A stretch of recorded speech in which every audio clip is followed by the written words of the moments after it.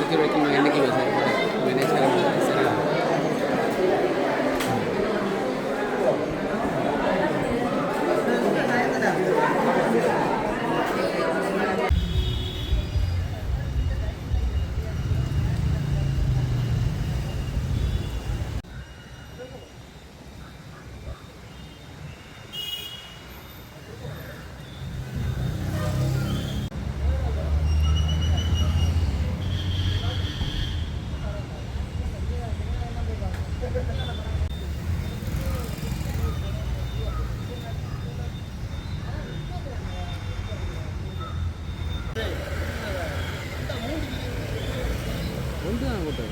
போதனா வைத்தியசாலை கண் விடுதி பகுதிக்கு தற்போது வரை 157 கண் பாதிப்புக்கு உள்ளானவர்கள் அனுமதிக்கப்பட்டிருக்கின்றார்கள். அவர்களில் 58 ஆண்கள், 44 பெண்கள், 55 குழந்தைகள் உட்பட இந்த 157 பேரும் குறித்த விடுதியிலும் புதிதாக இன்னும் 2 விடுதிகள் திறக்கப்பட்டுள்ளன. அங்கே அனுமதிக்கப்பட்டவர்களில் அநேகமானவர்களுக்கு கண்ணில் கடுமையான எரிவு மற்றும் கண்ணை திறப்பதற்கு மிகவும் சிரமப்பட்டு இருப்பதனால் அவர்கள் இந்த வைத்தியசாலைக்கு சிகிச்சைக்காக வந்திருக்கின்றார்கள். மேலும் பலர் வரக்கூடும் என எதிர்பார்க்கப்பட்டு போதிய வசதிகள் வைத்தியசாலையில் செய்யப்பட்டிருக்கின்றது. தற்போது வரை வந்தவர்களுக்கான சிகிச்சை ஆரம்ப கட்டம் செய்யப்பட்டு விடுதிகளிலே அனுமதிக்கப்பட்டிருக்கின்றார்கள். கண் சத்திர சிகிச்சை நிபுணர்கள், வைத்தியர்கள், தாதியர்கள், மேலதிகமான ஊழியர்களும் அந்த பகுதியில் இப்போது கடமையிலே இருக்கின்றார்கள். எமது வைத்தியசாலையில் அனுமதிக்கப்பட்டிருக்கின்ற அனைவருக்கும், அதாவது இந்த கண் வருத்தத்துக்காக அனுமதிக்கப்பட்ட அனைவருக்கும் சிகிச்சை அளிப்பதற்கான கண் மருந்துகள் போதிய அளவில் இருக்கின்றன. இது தவிர அங்கே வந்திருப்பவர்களுக்கு படுக்கை வசதிகளும் உணவும் மற்றும் ஏனைய வசதிகளும் தற்போது வரை செய்யப்பட்டிருக்கின்றது. கண் வைத்திய நிபுணர்களின் ஆலோசனைப்படி இவ்வாறான பாதிப்புள்ளவர்கள் மேலும் அவர்கள் வீடுகளில் இருந்தால் உடனடியாக யாழ் போதனா வைத்தியசாலைக்கு வந்து சிகிச்சை பெறுமாறு அறிவுறுத்தப்படுகின்றார்கள். அவ்வாறானவர்கள் வருகின்ற பட்சத்தில் இரவும் கண் விடுதிகளும் கண் கிளினிக் பகுதிகளும் திறப்பதற்கான ஒழுங்குகள் செய்யப்பட்டிருக்கின்றது. சத்திர சிகிச்சை நிபுணர்களின் பிரகாரம் அநேகமானவர்கள் இன்று மதியம் வரை வந்தவர்கள் இன்று பின்னேரம் அல்லது இரவு வீடு திரும்பக்கூடியதாக இருக்கும். சுமார் 10 விதமானவர்கள் மேலும் ஒரு சில நாட்கள் இருக்க வேண்டி நேரிடலாம் என கூறியிருக்கின்றார்கள். இன்று இவ்வாறு அனுமதிக்கப்பட்டிருப்பவர்களில் தற்பொழுது இடம்பெறுகின்ற உயர்தர பரீட்சைக்கு தோற்றுகின்ற மாணவர்களும் இருக்கின்றார்களா?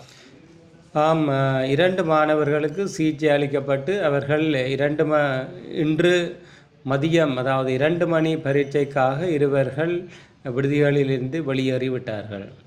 அவர்களுக்கு தொடர் சிகிச்சைக்கு ஏதாவது பரீட்சை மண்டபத்திலே விசேட ஏற்பாடுகள் ஏதாவது செய்யக்கூடிய சந்தர்ப்பம் உண்டா? அவர்களுக்கு குறித்த நேரத்துக்குள் தேவையான மருந்துகள் வழங்கப்பட்டிருக்கின்றன. பரீட்சை முடிந்ததும் அவர்கள் கடுமையான மேலும் வருத்தங்கள் இருந்தால் அவர்கள் வைத்தியசாலைக்கு வரும்படி ஆலோசனை கூறப்பட்டிருக்கின்றது. இது விடயமாக அவர்களுடைய பெற்றோர்களுக்கும் அறிவுறுத்தப்பட்டிருக்கின்றது. தற்பொழுது கிராமத்திலும் அறிவுறுத்தல் வழங்கப்படுவதனால் அங்கே களத்தரிசிப்பிலேயே இவ்வாறான ஆரம்ப சுகாதார நடவடிக்கைகள் வழங்கக்கூடிய ஏதாவது ஏற்பாடுகள் விசேடமாக நடமாடும் சேவைகள் ஏற்பாடு செய்கின்றீர்களா? பிராந்திய சுகாதார சேவை பணிப்பாளர் அவருடைய வைத்திய அதிகாரிகள் மற்றும் உத்தியோகத்தர்களோடு அவ்வாறான கடமைகளை மேற்கொண்டு அங்கே இருக்கின்றவர்கள், அதாவது பாதிப்புக்குள்ளானவர்களை அனுப்புவதற்கான நடவடிக்கை எடுத்துள்ளார்கள்.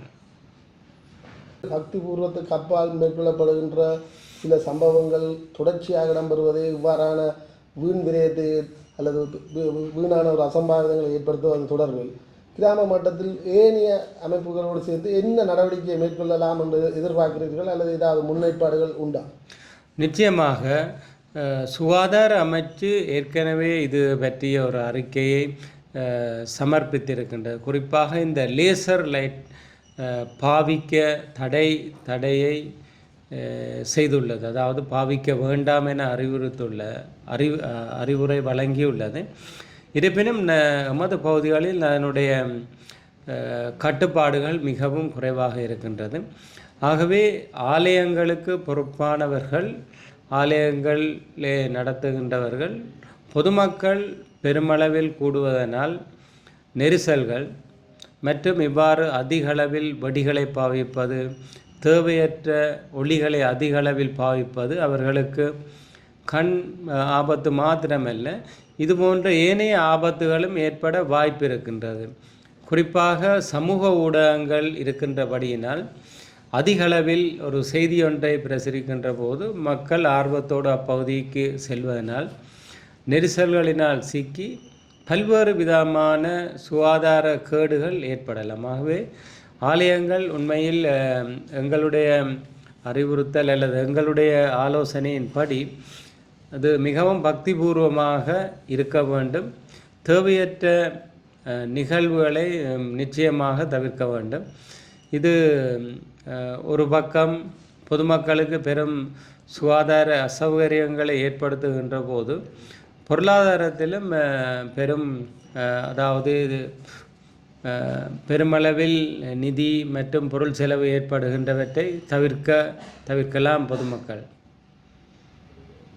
நேற்றைய தினம் பிரான்பற்று முருகன் ஆலய திருவிழாவுக்கு சென்று ஒளி கூடிய மின் குமிழினால் கண் பாதிப்பு ஏற்பட்டவர்கள் தாமதிக்காது உடனடியாக யாழ் போதனா வைத்தியசாலைக்கு செல்லும்படி கேட்டுக்கொள்ளப்படுகின்றீர்கள். தகவல் அரசாங்க அதிபரும் பிரதேச செயலாளரும்.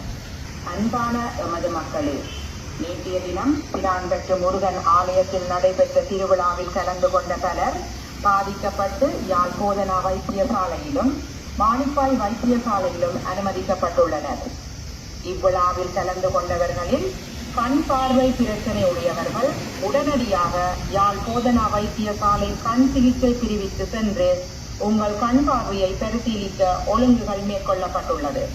இதனால் கண் பிரச்சனை உள்ளவர்கள் தாமதிக்காது உங்கள் கண்களை பரிசீலித்துக் கொள்ளுங்கள்.